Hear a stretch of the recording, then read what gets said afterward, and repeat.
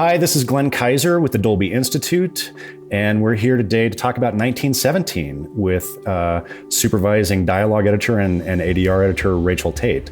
So welcome to the show, Rachael. Thanks for sitting down and talking to us. Thank you for having me. Absolutely. So obviously we're talking via Skype because, you know, people are busy, and I'm in Park City, Utah at the Sundance Film Festival.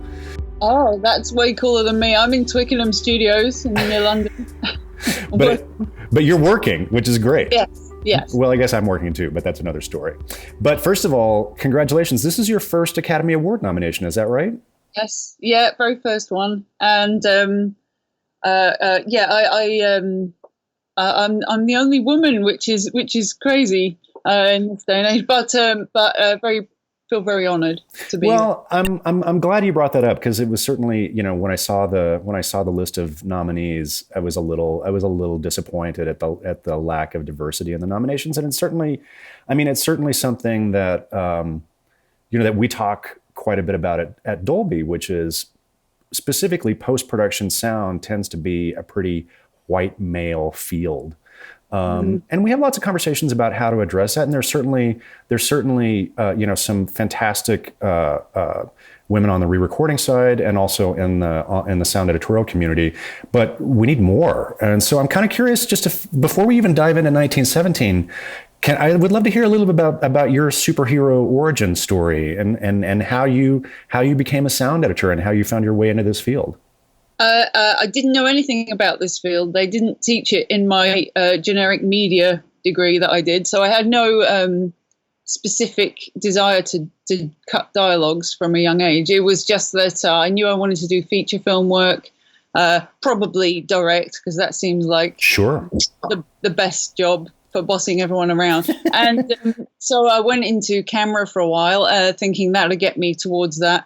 And it just wasn't as creative as I imagined it to be. I guess when you get right up there, it is. But I was really dying to be more hands-on, more creative. So I got a job as a runner at Delane Lee in London. Right. Before it was Warner Brothers, a long time before. And I was just seeing how it all works, and I was there for a good year, and they let me sit in and watch mixes, and I became the ADR recordist with Peter Gleaves, the late Peter Gleaves, and it's so creative, you wouldn't believe. I'm glad that not everyone knows about this, so that we're not inundated trying to get.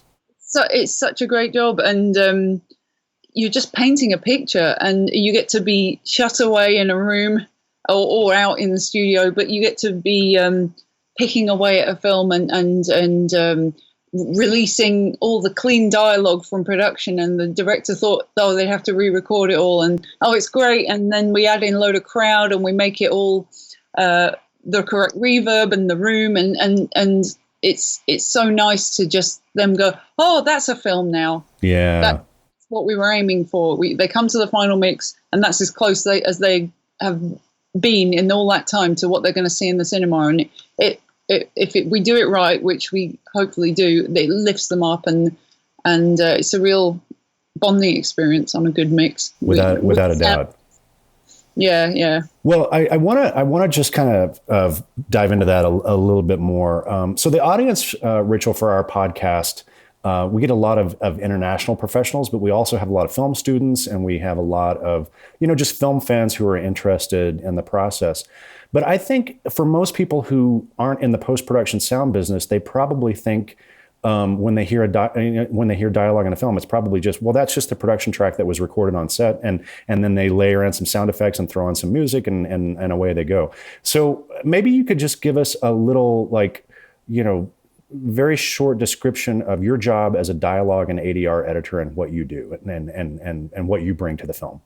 So on set, pretty much ordinarily I'm going to simplify it down, and Stuart is me for this, but you've got a mic. The boom mic is pointed at the actor's mouth, and it is very directional. So it's going to concentrate on just getting those words, so that all the people behind, for instance, they're not talking, or if they are, it's not picked up. They're not picked up. So that all has to be added afterwards with actors and voice actors and, in our case, soldiers, to give it the feeling that it's more than just the center speaker, to give it a cinematic feeling. On top of that, when you're filming, you get planes going over, you get crew shouting or walking around. Again, as in this film, a lot of crew in mud. You can't give the game away. They can't peek behind the curtain at all. So you have to have just the dialogue as clean as you can get it. And that is very intricate housekeeping from my side. It's done spectrally, or I do it spectrally and visually. I mean, cleaning out the clicks and bumps and everything that shouldn't be there. Yeah, then and let's not forget with a period piece like 1917, the actors are usually, they have maybe radio mics hidden in their yes. Costumes, but sometimes with a period piece, these costumes can get very noisy. So there's also a lot of very finely detailed surgery that you have to do on the track to kind of clean all that up. Yeah. I don't know if Stuart went into it, but we had clip mic inside the roof of the lip of the helmet just here, which was genius. So like a mini boom. It was until they took their helmets off. That was a really good one to do. But it still picked up feet because it was pointing. It's Omni, but it picked up the feet as well, and so that also needed cleaning up. But we got rid of all the rustle and everything from costumes, and that's all Stuart. He was tirelessly looking for new intricate ways to record. They were always, a lot of the time, wearing 3 clip mics, one on the webbing just to give it movement, one here and one here, and it stuns me how much work he went into doing that. So that means that you had a lot of material coming in, a lot of alts to choose from. They all get recorded together, and I get given basically reams of tracks. So all the booms, there might have been 2 booms. Each guy has 3 mics, so there's 3, 4, 5, 6, 7, 8. Then there's a mix track at the top that Stuart prepared so the director on set could hear it. And then below that, you've got any other characters. So it can be like 14, 18 tracks. And then you have to go through everything. Because if there's a breath, if there's a little nuance piece, you can't miss anything. And so you pick the best mic. Or you might blend a few mics together because someone's going in and out of range. That's a big part of it. It's not just a mono. There is a lot of different sounds to consider. Well, so that's your job on a normal movie. But let's talk about 1917, because obviously the major thing from a technical standpoint was the whole concept of this plays out as one continuous take. And so we heard from Stuart about the challenges that he faced in terms of not being able to get microphones in and having to, he had to be quite a ways off the set in order for him and his crew not to appear in the shot if the camera swung around and whatnot. But when I first heard about the one continuous take thing, my first thought was like, okay, well, there's going to be a ton of ADR and dialogue replacement in post-production on this film because there's no way they can get good dialogue tracks in a situation like that. But it turns out that's not the case. So tell us a little bit about that. We had the cameras with them the whole time as they're walking through. Like you said, it's not like you can cut away to a wide shot and get some nice clean takes. They are with them all the time for a long period of time. And with that cameraman, there's the guy behind him. There's another guy behind him. You can see in the making of, there's sometimes 4, 5, 6 guys running along in big boots behind them in the mud. And it's a cacophony of sound. So that was something that we had to strip out, but do it very evenly. And you're going between shots that might look like they are the same shot, but they might be days apart in the other end of the country. There's a lot of continuity was the big issue here, making it all sound the same all the way through. And I've got to say again, Stuart, putting down all these special cables and stuff so you could get, most people would just, well, sorry, you're not going to get a boom on that. It's going to cut in and out on that range. Sorry, you're just going to have to ADR it. He wouldn't take no for an answer. And I think we ended up with 2 lines for tech in the end. The rest were... 2 lines? That's it? Mm-hmm. Mm-hmm. Wow. And not even breaths. All those breaths are what they did on the set. That's just how good it was. A combo of Stuart putting all the effort in at the beginning, and then us having the time, because it's not cutting all the time. Once they set it, it was locked. We had the time to get intricate, really get into it. So we're not chasing a cut. We're just working on, can we make this better? Can we use this? And it worked out really well. So.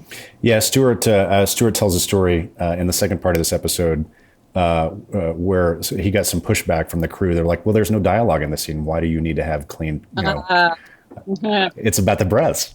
Yes, it is. There's a lot of tension. There's a lot of performance in the breaths. If you take them out, or even if you replace them and they come into a studio 6 months later, not in costume, not in that situation, the best guys in the world are not going to be able to fully match what they did at the time. Jumping on over the canal, walking upstairs with a gun, like you just can't. You can't stand in a studio and do that, and it's not. It just doesn't sound the same. Not to me. I'd rather have what they did on the day, because that's what the director signed off on. So that's what he wants. It's the performance that Sam Mendes wanted, right? Yeah. I think ADR is great as an opportunity to improve a performance sometimes, or to change a line. Fine, but no, my reason for being here chiefly is to keep as much of the production as I can. So I'm like a housekeeper for the film, but cooler. way cooler. Tell me a little bit about. So there was almost no principal ADR, but was there loop group, or what did you? There was only ADR in the sense of adding new things, changing lines, changing the actual content of what they were saying. So there, for instance, the when Schofield is drowning, he's going along in the rapids. I could actually use all those breaths. It was amazing. They were all completely fine. They managed to boom the hell out of it, and we did it again because Sam wanted more drama in it, more the scale of the effects. On that water is like, and you just couldn't hear what he was doing, sure, because obviously he was in quite a quiet canal at the time when he did that. So things like that. That's not. I don't classify that as tech, because that was completely usable. Yeah, absolutely.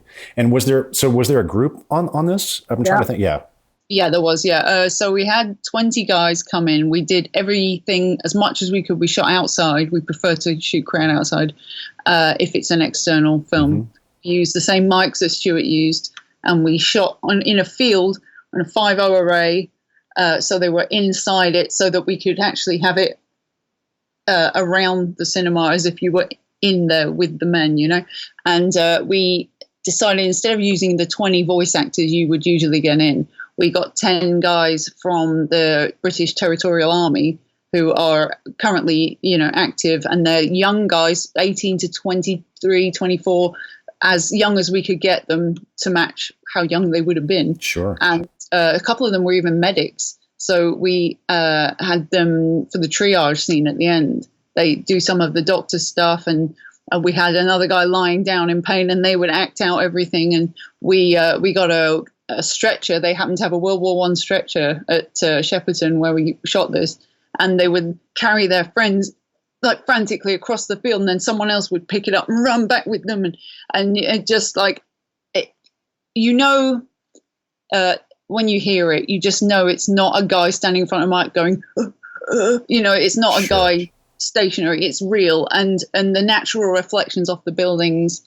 It was just it helped to sell it, because I know Sam's in the past maybe not been a huge fan of crowd, so I was trying to bed it right in there with Stuart's stuff, because he got some great stuff for the triage scene as well, and then I EQ matched it so that it would really match what he got on the day. And I'm pretty sure Sam doesn't quite know which bits are from the set and which bits are from mine. I hope so. That's the idea anyway. It went in, is what I'm saying. It went in, and he didn't mute anything, so I'm pleased.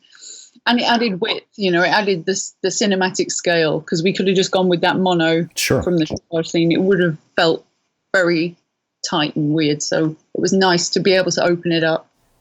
Well, I'm glad you brought that up, because obviously the sense of epic scale is really important to this film, and visually it's huge and expansive. And so, the challenge was for you and the sound effects editorial team to match that scale of vision on the sound side as well.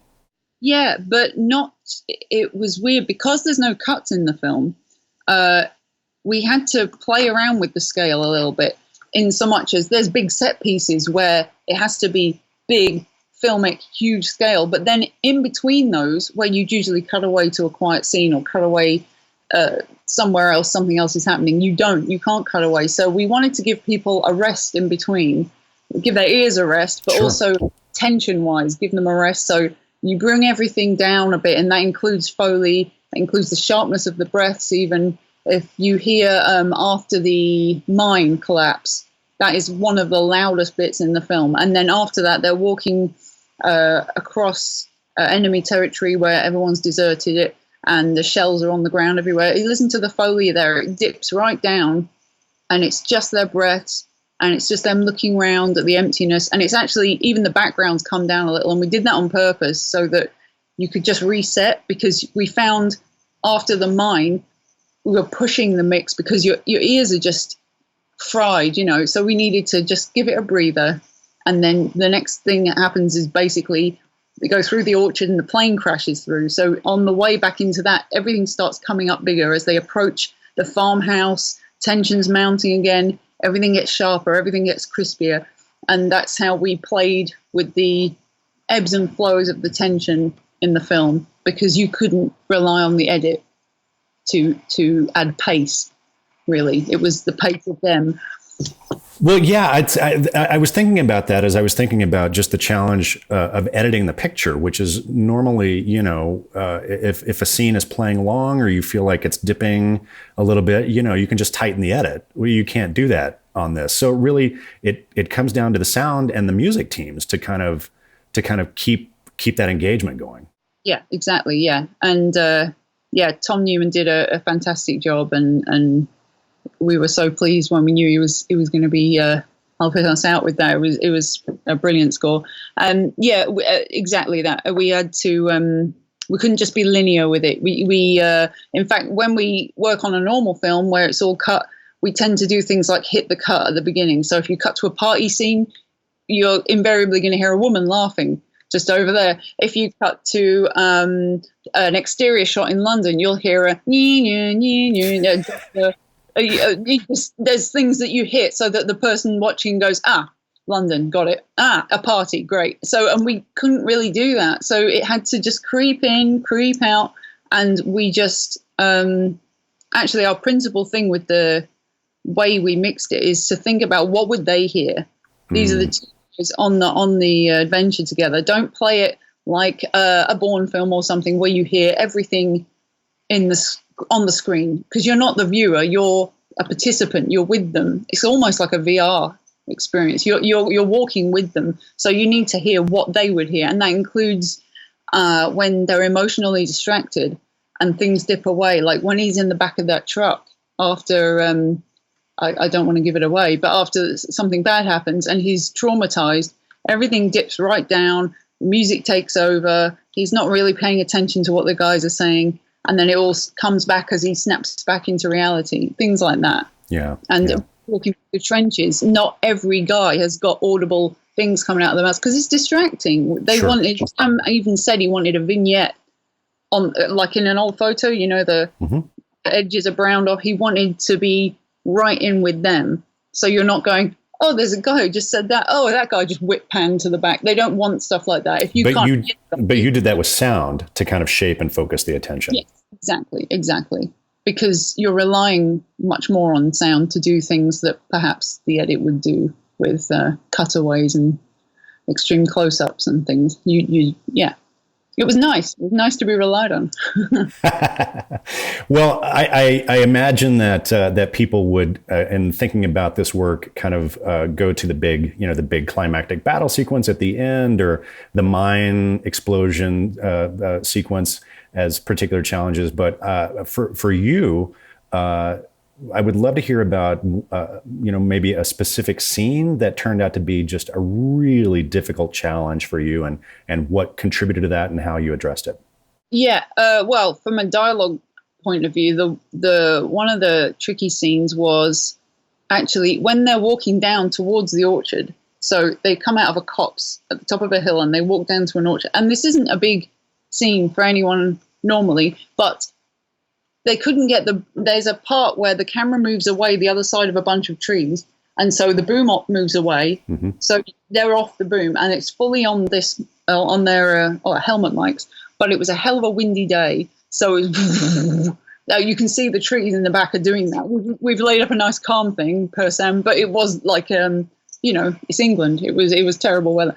And so we had to take the wind out of that mic. And what you're left with was a very close sounding. So once you take the warmth out, it didn't sound right for the picture, and the boom was just off too far away for too long. So that was a real challenge, and I did not want to ADR it, and we didn't. In the end, I took as much out of the boom as I could. I pushed it as hard as I could, then denoised it further and tried to blend it with the radios just enough to give it a feeling of a nice rounded sound as you would expect to hear from that distance. The minute we got back up close to them, it was fine. The boom was back on, and it didn't matter that they sounded close because they were close. But it was just for that section, and with the wind and everything, and the feet crunching on the grass. It was, there was a lot of technical aspect to making that work, and hopefully people can't tell how much work has gone into the dialogues there. It's just, hopefully it sails by, but yeah. No, you're absolutely right. It's one of those sequences. I remember it as you describe it, but it never would have occurred to me that was particularly challenging for you. That was one of the early ones. They sent through like urgent help. Can you fix this? Right. So tell me, were you on the mixing stage during the mix? Mm-hmm. So tell me a little bit about that process. How involved was Sam? Was he at the mix every day? Kind of like because we've all worked with directors who just come in every third or fourth day and hear a playback and give notes, and we've all worked with directors who are there every minute of the day. Where does Sam kind of fit on that continuum? He's an every minute guy. Yeah, he was there, and it was great. What's worse than all of those is the guy that's there every minute of the day and has no idea what they want to do and just says, make it different. He wasn't like that. He was there every minute of the day. In fact, probably earlier than most of us. He was prompt, and he knew exactly what he wanted. He would say, trumpet a little bit higher, or those feet too toppy, make them a little, he knew. And so because we weren't given just random make it different notes, we were flying through it, and it was lovely to have someone there who is a proper auteur. And I would imagine he was like this with every department in the film, and I don't know how his brain fits all this in. Really, it's incredible. But we had one direction, his direction, and we all followed it, and it made for a very seamless mix. And he also wanted to he wanted to know more about the different formats. 5-1, 7-1. What's different about Atmos? A/B it, please. Play me 7-1. Play me 5-1. Now play me that plane in the 7-1. Okay, now what's different about the surrounds? And we explained the, you get more fidelity in the surrounds and this and that. And he, you had to explain to him audio objects and Atmos and whatnot. Exactly, yeah. And then he even popped in for the TV mix. He popped in at the IMAX mix. It meant so much to him, this film, that he was in every step of the way. He was there, and he was still nipping off as little as he could, nipping off to VFX meetings, coming back again, and we didn't do any, did we do any lates or weekends? No, we didn't. We stuck to schedule, and Lee Smith, the editor, he was there as well, pretty much all the time. They had a room just upstairs where if they wanted to change something, they could go and nip up and do it. And Lee Smith, who I should point out was a former sound guy, so he's not going to let you guys get away with anything. No. yeah, we couldn't pull the wool over his eyes. He was great. He again knew what he wanted, and he was very keen to get our tracks bounce into his Avid early, really early. In fact, what they would do on occasion was shoot, pick the take on day one, say, then they'd give it to us day two. By the end of day two, day three, we'd have it as cleaned and as full of sound as we could give him back to the Avid. And so then he'd play it back to Sam with, here's the thing you shot the other day, with as complete a sound as we could give him within 2 days, so that Sam knew, okay, my film's on the right course.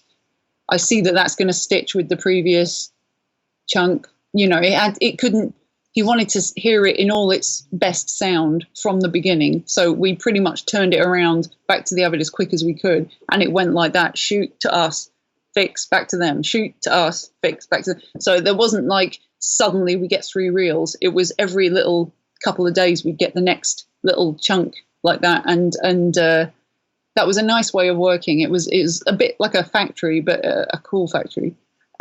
So that's extraordinary. So you were actually on and working during the shoot. That's unprecedented. In fact, they locked the cut a couple of weeks after they finished shooting. So it was very fast turnaround. And I don't even know. I think the film was supposed to be out later, but it was just done quickly. So it came out at Christmas.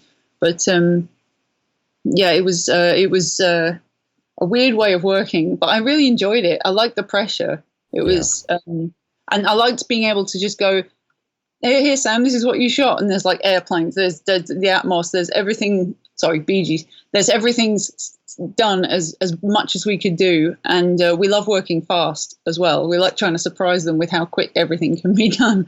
But the downside of that is I'm not sure if Sam knows what we did, what Stuart did, and what Lee did. I don't know if we've got the full amount of kudos, but we're a team, so it's fine. Well, that's great. That's great. Yeah. So, just for those who might be interested technically, so obviously you've got your finely tuned scalpel in editing. I presume you're working in Pro Tools, but is there any special? What kind of software are you using to try to clean up the production tracks? Yeah, I'm a huge fan of RX7 Advanced. I love it. Isotope. It's got so many good things. In fact, they're even coming out with a thing called Dialogue Match. It's out now, and I was beta testing that for them, and that's really good. You can pick a clip, and it'll try and match the sound quality to the boom, so that you can actually improve the sound quality. It doesn't always work, but it's leaps and bounds from what you could do before. And RX7, I've got things that take out clicks, hums. You can draw out things. You can copy and paste over parts that you don't want to hear. You can dialogue isolate, pulls the dialogue out, pushes the noise back. If you know how to use it, that is, you can't just apply it to the whole sound. You have to pick the bits that you really want to get rid of, otherwise it ruins the track. But that's something I'm on all day long. And I also like Auto Align Post, which is a new one, relatively new, that helps, because the boom is always going to be slightly out of sync, slightly delayed with the clip. And the clip is the master sync for me most of the time. So it helps, it just lines that back up. And it would take you ages to go zoom right in and do all this and line it up. That used to be a very time consuming part of my job, but this thing really speeds stuff up. So those two things are my main software. I love them. And then you've got Altiverb, and I've got a Lex plugin here. I've got ProQ2, Massey De-esser, and the normal channel strip. Oh, and got a denoiser here, which is Cedar. I really like Cedar as well. Again, it's knowing how to use it. If you just apply it, it can ruin a track. So yeah, you're right. These are very powerful tools, and if you use them unwisely, then you can overprocess the dialogue and kind of ruin the spirit of things. Yeah, and ruin your friendship with the director as well. Yeah, and then you won't get invited back to the next one. No. So obviously, you and Oliver Tarney share the nomination for best sound editing for 1917, but you guys didn't do it all by yourselves. I'd like to give you an opportunity to give a shout out to anybody on your team. Well. Yeah. Okay, well, they're just down the corridor working right now, but we pretty much have stuck with the same guys for years and years because they're just the best at their job, and they work tirelessly. So we've got James Harrison on effects. We've got Mike Fenton, who was a sound designer. We've got Hugo Adams. He was the Foley editor. And the Foley, by the way, I think it's one of the best jobs for Foley tooting our own horn here, but I just thought the Foley was incredible, very natural sounding. You wouldn't know how much of that is added. A lot is added. No one knows so much. And it just fits right in. It's great. And then I've got an assistant called Aaron, who's just there in that room, and he used to be in-house here at Twickenham, and we poached him, and he's an amazing guy, very, very creative, very tech savvy. So yeah, that's our team. Fantastic. Well, obviously it's your first nomination, but this is not your first time at the rodeo by any stretch of the imagination. You've previously worked on, I'm looking at your credits, Jurassic World, Fallen Kingdom, Jason Bourne, The Martian. So you're used to working on these big, complicated, difficult films. Yeah, not necessarily like 1917. That was a little complicated, difficult one of its own. That's very unique. But yeah, sure. Yeah. Absolutely. Yeah, used to the big ones, yeah. Without a doubt, 1917 posed its own unique challenges. I really thank you for taking the time. I know you're busy at work to kind of talk to us and walk us through the process on this. It's really an extraordinary achievement. Oh, thank you. Oh, I just wanted to add one thing. So when we were shooting crowd, I kept all my books here. We couldn't just shoot crowd. We had to know it was the correct crowd. So I did a lot of reading, and these are all my books, because otherwise there's no point in me keeping them. So I'm going to make use of them now. And these are all like slang from the First World War, the officer's manual that they used to use so they could grab the right piece of kit. This is called the Wipers Times, which was a newspaper that they used to read in that area, which was printed by soldiers, and it's very funny. It's like Viz, but you don't get Viz. It's like a comedy magazine. Trench talk, how they used to talk in the trenches, pretty self-explanatory. Lingo of no man's land, the lingo, and there's so many. I could go on and on, but I went to all the museums I went to the Passchendaele Museum, which I highly recommend. And I wasn't going to have them talk about iPhones or something. It had to be the right thing. So listen closely, but they're saying the right things. That's extraordinary. How much fun. That must have been a lot of fun for you. Yeah. I fully enjoyed it. It was great. Great. Well, that's a great way to end our conversation. Thanks so much, Rachael. Thank you for having me. So everyone, I hope you stick around for the second part of our conversation about 1917. My partner in crime, Michael Coleman with the Soundworks Collection, talked with Stuart Wilson, who was the production sound mixer. So that part is coming up next. And just a little caveat, they definitely had a little bit of bandwidth issues. And so the recording gets a little furry at a couple points, but I hope you stick with it. There's some great stuff there. Rachael, thanks again. It was a great pleasure talking to you today. Thank you. Bye-bye. It's my pleasure to chat and have a conversation with sound production mixer Stuart Wilson, who you are now in. Where are you calling in from? I'm calling from London, England. Fantastic. Yeah, I'm just where I'm based here. This is where I live. Fantastic. Where were you when you found out? I was at Warner Brothers Leavesden Studios. Was preparing a new movie, and I received a text message from our dialogue editor, Rachael Tate, because it's been a great, this movie overall has been probably the most collaborative film I've been involved with. So that came down to the dialogue editor tipping me off that we'd been nominated.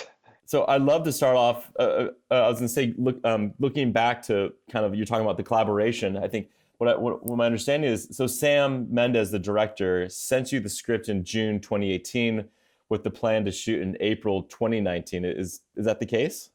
Yes, that's right. Yeah, I mean, it's unusual to be brought in kind of, 10 months in advance of shooting, but I think it was down to Sam's planning for the movie was meticulous, and it was ambitious, and it was close to his heart, and he wanted to get his team involved, and he wanted to, through every step of the thing, every shot it was the planning, it was down to the nth degree of everything. So I think that was why it came to me so early. I mean, of course, I wasn't working full time from then, but it enabled me to secure the crew that I wanted, and to start to contact the other creative departments and start that dialogue with the very important things, with costume, with the camera department, with the locations department. I was able to go and see all the locations 4 months ahead of shooting, before any construction had begun, so we could see if there was any issues for sound, things that we needed to deal with to improve the sound, or acoustics, or things to watch out for. So I like to be involved with a film as early as possible, because it's that preparation is key, really. Because I think on the day when the camera's rolling and you're shooting, you just have to kind of roll with it and improvise. But if I've prepared as much as I can, then I can't blame anyone else for when it all goes wrong. One of the things I read was that Sam, your director, also kind of the conversation with Roger Deakins, the DP, was like this concept of the one take approach, which when you found out about that, I think your feedback, what I read, was that you approach it like a documentary style, kind of following kind of in those blind spots behind the camera. But I think when you kind of recognize in the pre-production stages that it wasn't going to be that simple, that there were other aspects to how your job was going to dramatically change because of how they were shooting it. So how did you want to approach this differently, and what kind of made sense technically, just from a standpoint of getting the coverage that you needed, and also being conscious of everything else going on the day of the shoot? The essential thing for the continuous shot vision, I thought, would be the sound would then help that by staying connected to our lead characters throughout their journey.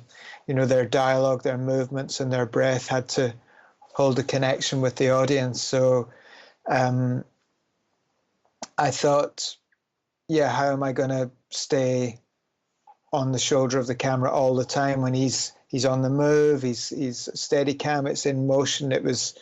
The idea was that that was a constantly moving thing.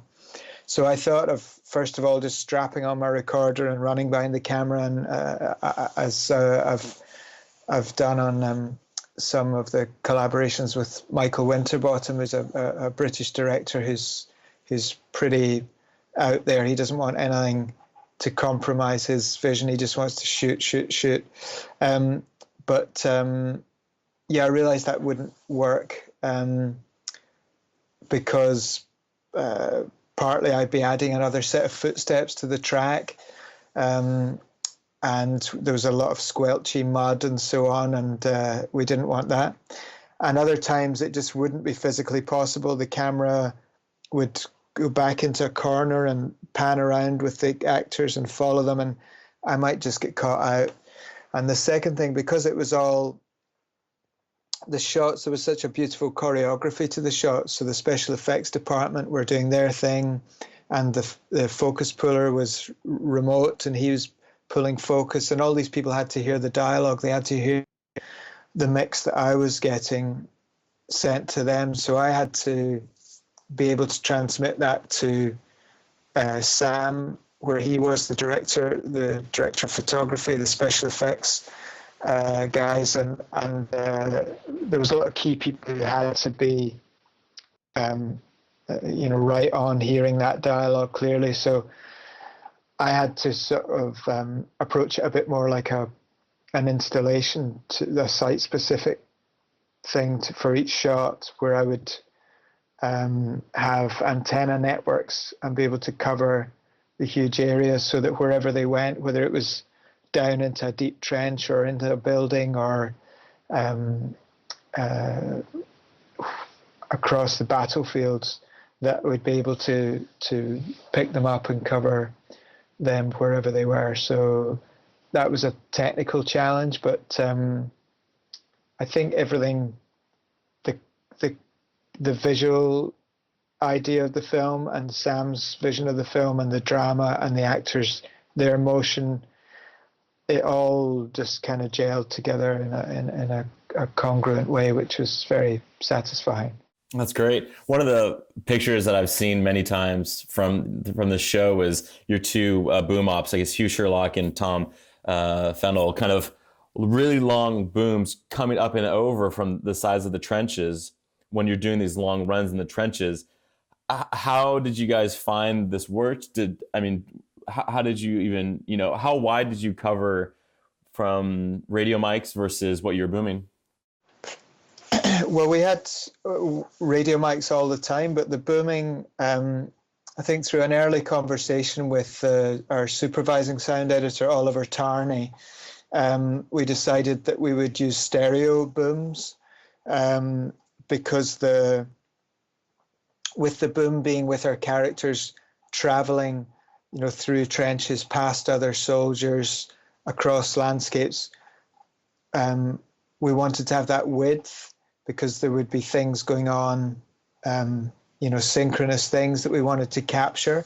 But also it's kind of unusual that you have shots in a movie that might be 9 minutes long, because when you have a stereo boom and you have an edit every 5 seconds or less, in an action film, that stereo is kind of useless because the perspective is shifting so rapidly. But when you have a continuous 9-minute shot, through countryside or past soldiers who are doing their thing, you can capture that width from the stereo boom. So that was a great thing that we benefited from in these long take shots. That's incredible. And some of the other things that, just looking through kind of the complexities of what you're having to do when you're talking about building these big networks for the signals to travel long distances, you were then also the opportunity. Can you talk to me about the collaboration you did with a lot of like the set design and some of the other departments to basically set up these networks and kind of hide them within the fields? I saw some pictures of like some antennas in vegetation and different stuff like that. Yes, so we set up antenna networks when we just wanted to get coverage of our actors wherever they went. It was to prepare the space so that we could step back and the actors could be free to play out the scene, and we would be able to pick them up wherever they went. So I spoke to the drapes department, who were making the sandbags in the trenches, among other things, and they made us some bags from the same cloth, which we used to hide antennas and receivers and other equipment. And I got some artificial grass, turf, which we smeared with mud and wrapped equipment in that. So I had antennas hidden in mounds of earth or in trees or on munitions boxes or you name it. So we were well covered. I think with the wireless mics, it was great. The costume department were very helpful in. I knew we'd be reliant on wireless mics a lot, and the costume department were very accommodating in that they remade some of the jackets for us, and we were able to experiment with the wool and the leather and what would give us unwanted noise, fabric noise on the mics, and what wouldn't, and how the different breakdown treatments would affect the sound, because they would break down the cloth with oil and wax and mud. So it was a great collaboration there, and our two lead actors, they had two body worn mics on all the time, and then they had another mic in their helmet. So often they would have three microphones. And I think one day Schofield, our lead character, even had four wireless microphones on because I wanted to get the breath, but we also wanted to get the footsteps, wanted to get the movement of the body, and all the equipment they were carrying. So it was, I have to hand it to George Mackay for his just being such a great collaborator. And as a result, he didn't have to replace any of his dialogue because he put up with us getting the mics where we wanted them. And in addition to apart from that, when he goes down the river, there's a scene where George goes underwater and travels down the river, and then he was wearing two body-worn recorders because the wireless signals underwater are unreliable. So to make sure we could capture that whole journey, he had the body-worn recorders on as well. So I think George Mackay deserves a special sound tribute from the sound department. That's awesome. And so one of the things, my understanding is that so much of this was shot using natural light. There wasn't a lot of opportunity. These long shots are not going to light, I mean, except for some of the nighttime stuff. But because there was so much of a waiting for the weather to kind of get in the right moment, when I'm sure Roger or Sam would say, all right, now it's go time. Can you describe kind of that start-stop mentality of production, of kind of you're at the mercy of weather? How did that influence kind of how production worked? And also, is it true that you guys kind of shot it in sequence? Is that true? Yes, we did. We shot it in sequence because it was essential that each shot matched the previous shot. So it was nearly all in sequence, not entirely, but yeah. So the editor would be choosing the take with Sam, and that would be the take we would be matching to the next day or the next time we were shooting. So that was important.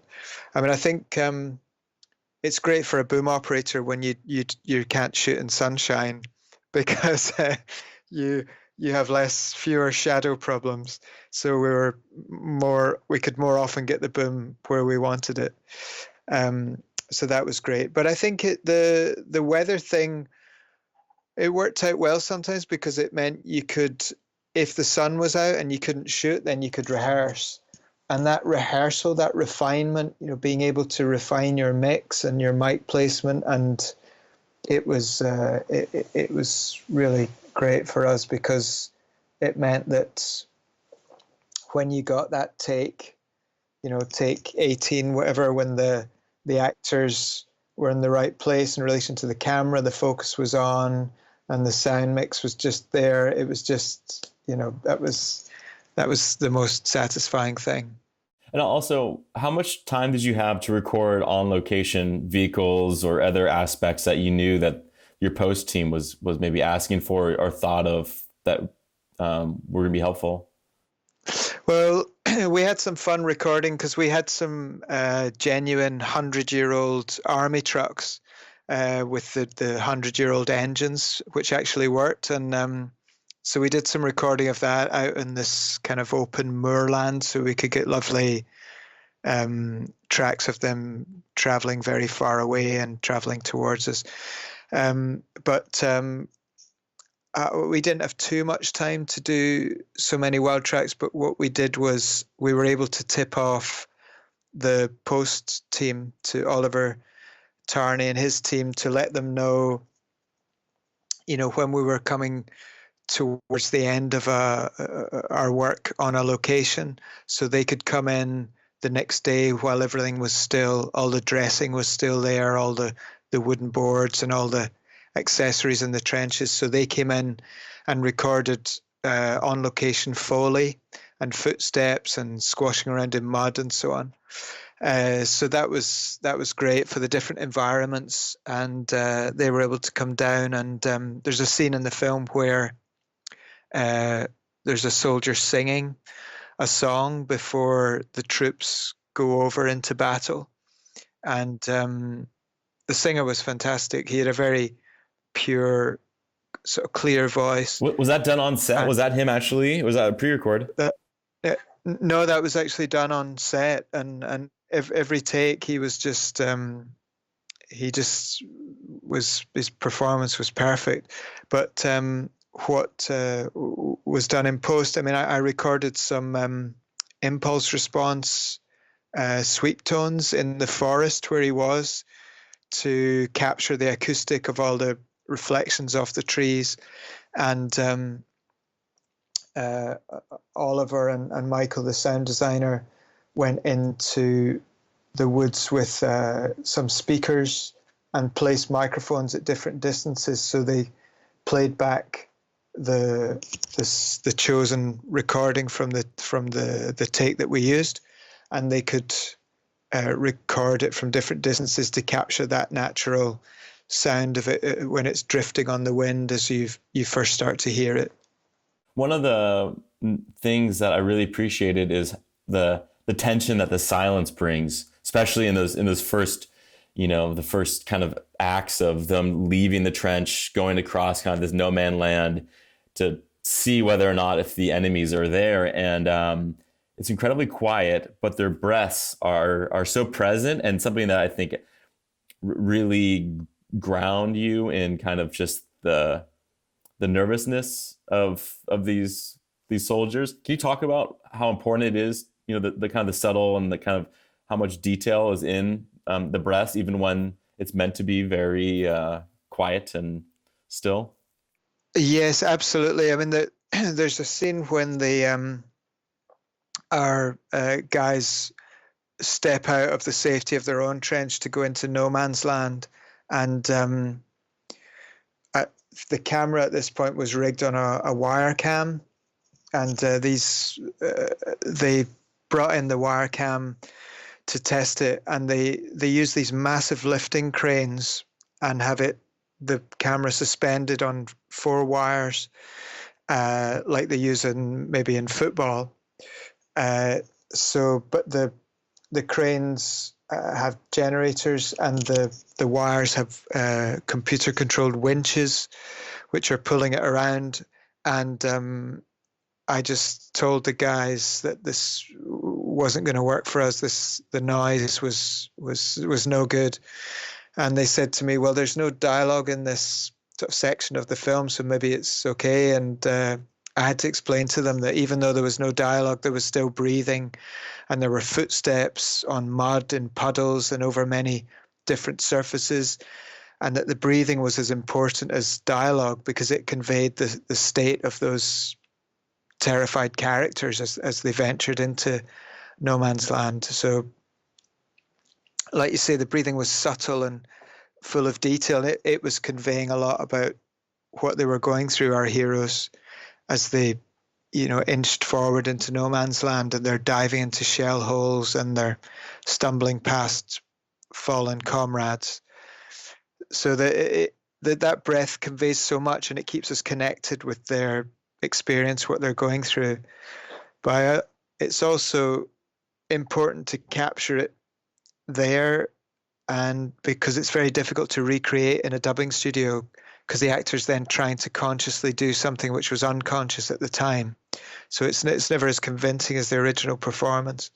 So I got they swapped out the generators for the quietest ones we could get, and we hired in acoustic barrier sheeting to put in front of the winches. And the results were a very gripping shot, I think, where your connection with the characters is completely held.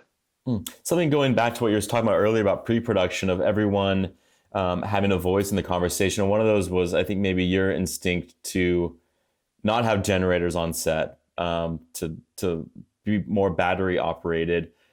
How did you find kind of like in those, once everyone understood kind of the complexity of the production and of what Sam was kind of tasking everyone with, how do you think that had a ripple effect kind of, changing or making everyone more conscious of sound? Do you think it shifted people's kind of ears to being more hyper aware than usual? I hope so. I mean, we filmed in a place called Salisbury Plain, which is it's an area of countryside. It's enormous, and it's owned by the Ministry of Defence. So nobody lives there. So the sound is fantastic. So there's very little traffic, and because it's owned by the military, we were able to put in place a no-fly zone. So there was no aircraft noise, which was a dream come true. I think you couldn't really make that up. But I think being in that place, I think people did in the crew, get more used to the quiet, as quiet as it must have been 100 years ago, pre too much industrialization. So it was great. But Sam, as a director, he's sensitive to sound, and he's very demanding on everyone in all departments. So I think there was a tremendous respect from the crew of what our actors were doing, and the challenges that everyone involved in that, the choreography of each shot was in, because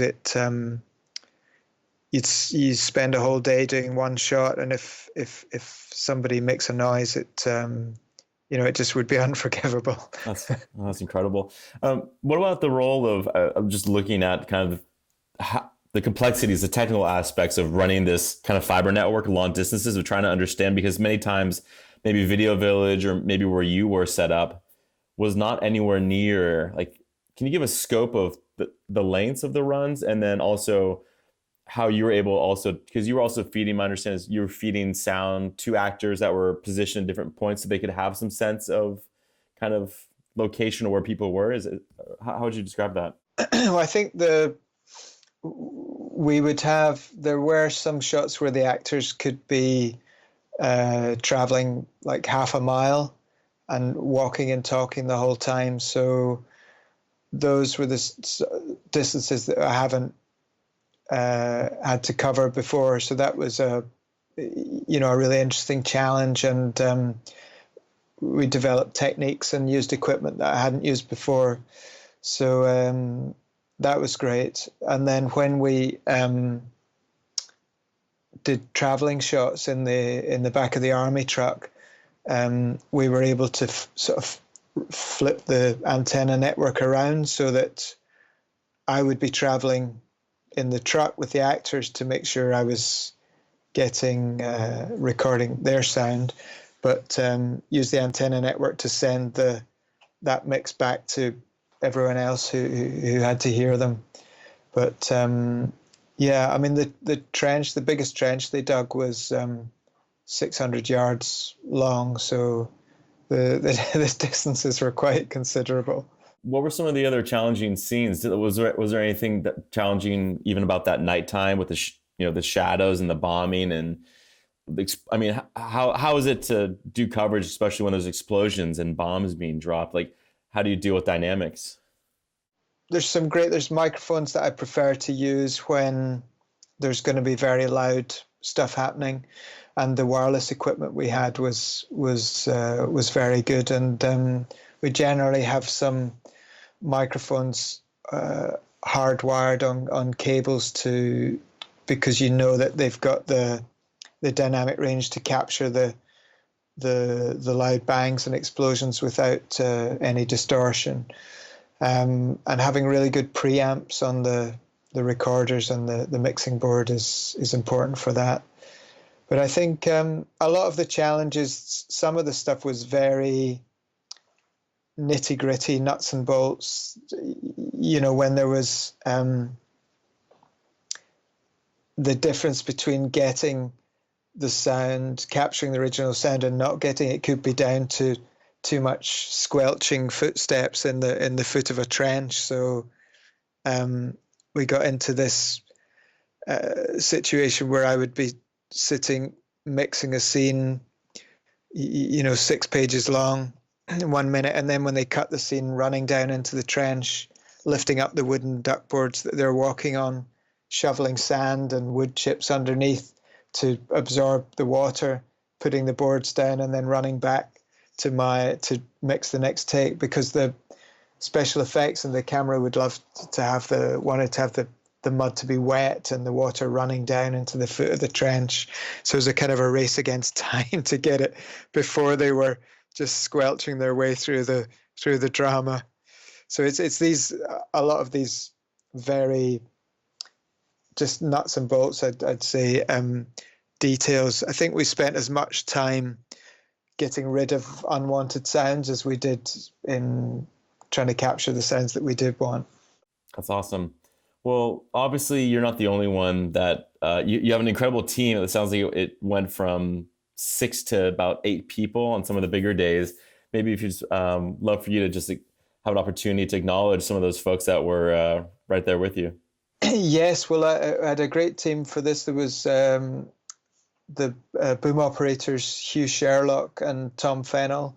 Hugh is, I think, because I immediately saw that some of this boom operating was going to involve running backwards along mounds of wet mud for several minutes at a time.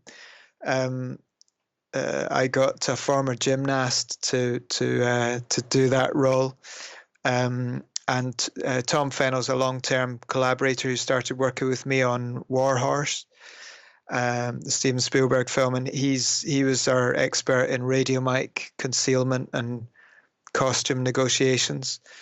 And then there was David Giles, he's a sound mixer in his own right, but he's worked as an assistant to me for years. So he coped well with the challenge of sending and receiving audio anywhere. I had Tom Wilkin, who was a second assistant sound, who was made sure all the key crew could hear what they had to hear.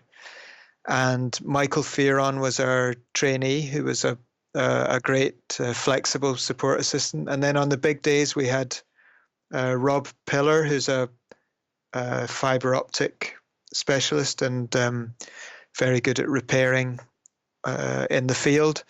And we had a new trainee called Thomas Dornan, who worked out very well. It was his first big movie, but he was very enthusiastic and didn't mind getting wet and muddy. I can't imagine having your first job be 1917. It's a very special opportunity.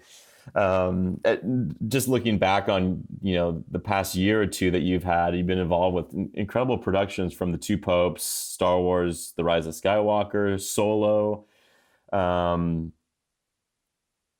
many Star Wars, actually. I'm looking back here. It's The Last Jedi, Force Awakens. You've had this incredible run of projects that I feel like have, I'm sure, challenged you and helped you grow as a recordist. What was your specific takeaway from this production? What have you learned? What was challenging, or what was new? Yeah. Yeah, I mean, I have to pinch myself. I've been involved in so many incredible productions recently with great teams. So I feel very fortunate. 1917 was different to all those because it's a unique project. It was a unique challenge and very satisfying, very moving. I went to see it for the third time at the weekend in the IMAX, and I still cried. It's just, I think it because I've worked before with the director of photography, production designer, costume designer, and special effects supervisor, and the location manager, and it was such a great relationship of trust between all the different departments, and everybody really threw themselves into it, and in the spirit of collaboration, there wasn't any problems on set with people throwing their weight around. It was just everybody really entered into the spirit of it, and that was, I think, Sam was a great figurehead for that, and our producers were fantastic as well. That's incredible. Well, congratulations again on this nomination for Sound Mix, along with your collaborator Mark Taylor. Obviously, the editorial team, Oliver Tarney and Rachael Tate, were also recognized for the sound editing nomination. I imagine it's going to be incredible evening, night for all of you. Just congratulations again. I'm so excited. It was an incredible film to experience in theaters, and I hope more people can obviously have that experience, because the theater experience there's nothing quite like it. Just being swept along in that kind of first person perspective. Yeah, no, well, thank you for your interest. It's been great to talk about it and go over some of the experiences. Cool. Well, Stuart, congratulations again. Thank you so much, and good luck on Oscar night. Well, thank you. Great to talk to you. Thank you to Dolby.